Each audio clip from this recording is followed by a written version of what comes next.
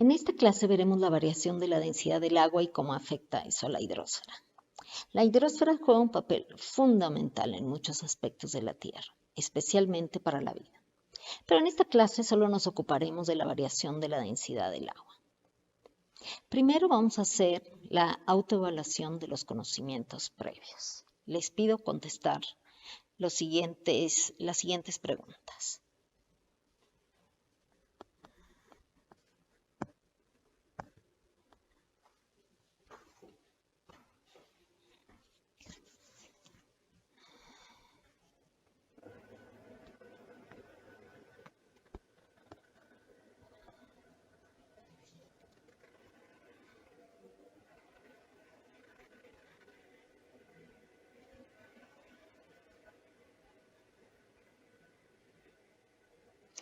En esta clase haremos dos experimentos. El primero se llama En el mar la vida es más liviana. Necesitamos los siguientes materiales: 2 vasos, agua, sal y 2 ligas o 2 limones o 2 huevos o cualquier otro objeto cuya densidad sea ligeramente mayor que la del agua. Llenamos los vasos con agua. A uno de ellos le vamos a agregar sal hasta formar una solución sobresaturada.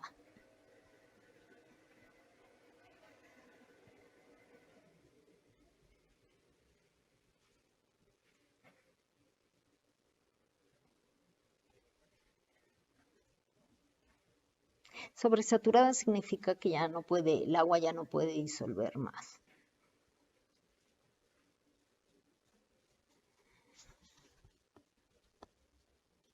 Como pueden ver, la sal es más densa que el agua, por lo que al disolverla, el líquido se volverá más denso. Vamos a añadir una liga a cada uno de los vasos. Primero al del agua dulce, sea el agua sin sales, y el segundo al agua con sal. Vamos a romper la tensión superficial y vemos que en el agua simple la liga se hunde, mientras que en el agua con sal flota. Esto quiere decir que en el agua simple la liga es más densa que el agua, mientras que en el segundo caso la liga es menos densa. La densidad del mar. Se dice que el agua de los ríos es dulce, mientras que la de los mares es salada. ¿De dónde viene esa diferencia? Cuando el agua de mar se evapora o se congela, lo hace sin las sales. El agua evaporada se precipita como lluvia en el mar y sobre los continentes. Parte de esta agua corre por los ríos y parte se infiltra y forma los acuíferos. El agua que corre por los ríos lleva agua dulce y disuelve y acarrea sales de las rocas y suelos en su largo recorrido. Las sales son compuestos químicos que se disuelven fácilmente en el agua. La cantidad de sales que lleva el río en su recorrido es muy pequeña. Por eso, ha requerido millones de años concentrar las sales del mar hasta hacer su agua salada. El siguiente experimento se llama la densidad como motor del agua. Vamos a ver cómo cambia la densidad del agua con la temperatura y cómo este cambio produce corrientes marinas. Los materiales que necesitamos son un recipiente grande, 2 frascos pequeños, papel de china rojo y papel de china azul, tuercas y hielo. Lo primero que haremos es teñir de rojo el agua caliente. Después cubriremos con papel azul el hielo.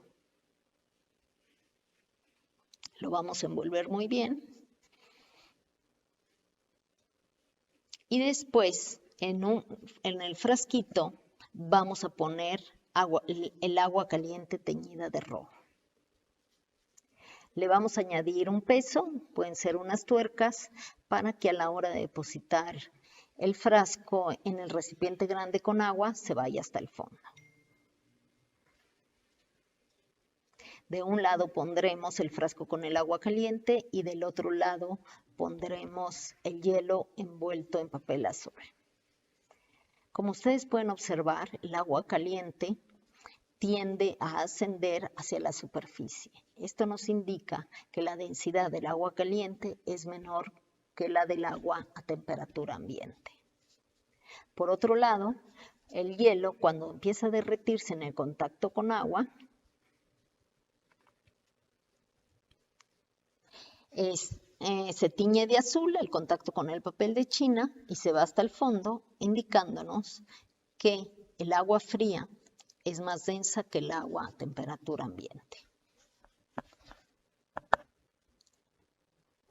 Podemos observar que el agua caliente se acumula en la superficie, mientras el agua fría se acumula en el fondo. En esta diapositiva podemos ver la variación de la densidad del agua con la temperatura y podemos compararla con nuestro experimento. El agua tiene un comportamiento muy distinto en comparación con otros materiales. Cuando baja la temperatura, aumenta su volumen, tal como lo observamos al hacerse hielo. Pero también la densidad disminuye cuando se calienta. La densidad máxima es a los 4 grados centígrados, en los que alcanza su valor característico de 1 kilogramo por litro a presión atmosférica en ausencia de sales. Vamos a ver algunas corrientes y cómo se forman. La densidad, ya vimos que la densidad máxima del agua es a los 4 grados centígrados. Esta característica ha permitido la vida en el mar y en los lagos de los países fríos. La temperatura del agua disminuye a lo largo del invierno. Cuando llega a 4 grados centígrados, al alcanzar su máxima densidad, se hunde, tal como lo vimos en el experimento. Asciende el agua más caliente y menos densa del fondo, también como lo vimos en el experimento. En contacto con el aire se enfría hasta 4 grados y vuelve a hundirse. Solo hasta que todo el agua está a 4 grados centígrados, el agua de la superficie puede disminuir más su temperatura. Cuando llega a 0 grados, se congela. Este es un diagrama de fase que nos muestra cómo la temperatura y la presión afectan el cambio de fase del agua, de sólido a líquido y de líquido a gas. Siguiendo la línea roja, podemos ver que a nivel del mar, a la presión de una atmósfera, pasa de sólido a líquido a 0 grados centígrados, el hielo se derrite y a 100 grados pasa de líquido a gas. El agua hierve y se convierte en vapor. A menor presión atmosférica, marcado por el círculo, por ejemplo, a la altura de la Ciudad de México, en las montañas, la temperatura en la que hierve el agua es mucho menor. Aquí vemos un diagrama de fase del agua a nivel del mar. Es distinta, como ustedes pueden ver, que la del agua sola. Sabemos que la densidad del agua de los océanos depende de la temperatura y de la cantidad de los sólidos disueltos en ella. La densidad del agua del mar es entre 1.025 y 1.028 kilogramos por litro y contiene cerca de 3.5% de sales. Con la salinidad, el diagrama de fase cambia. La temperatura de fusión del agua dulce a nivel del mar es 0 grados centígrados, mientras que la del agua salada es a menos 2 grados centígrados aproximadamente. A esta temperatura se empieza a congelar el agua, se forma hielo y la salmuera se concentra. Tal vez te hayas preguntado por qué le agregan sal a los hielos para hacer nieve de garrafa o para mantener frío el helado o por qué le echan sal a las carreteras nevadas. La respuesta no es para que se ponga más frío el hielo, es para que se mantenga líquida la solución hielo-sal a una temperatura inferior y la superficie de contacto que necesitamos para enfriar los helados sea mayor.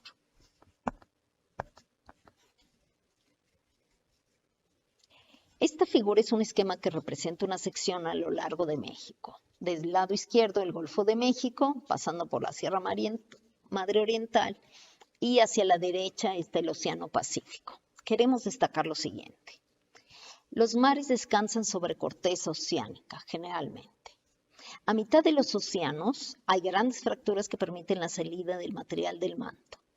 De este material está compuesta la corteza oceánica. Esta corteza es más delgada y más densa que la corteza continental. Repasemos qué hemos aprendido. La densidad del agua cambia con la temperatura, presión y la salinidad. La densidad mayor del agua se alcanza a los 4 grados centígrados. Si la densidad del hielo es menor que la del agua, se debe a que al congelarse aumenta su volumen.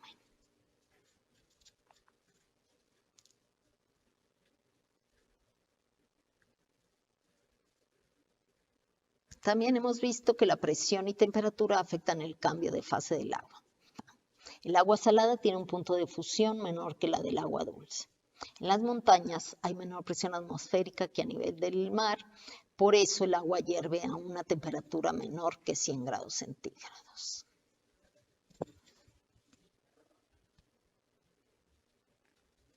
Esto es particularmente relevante para entender el ciclo del agua.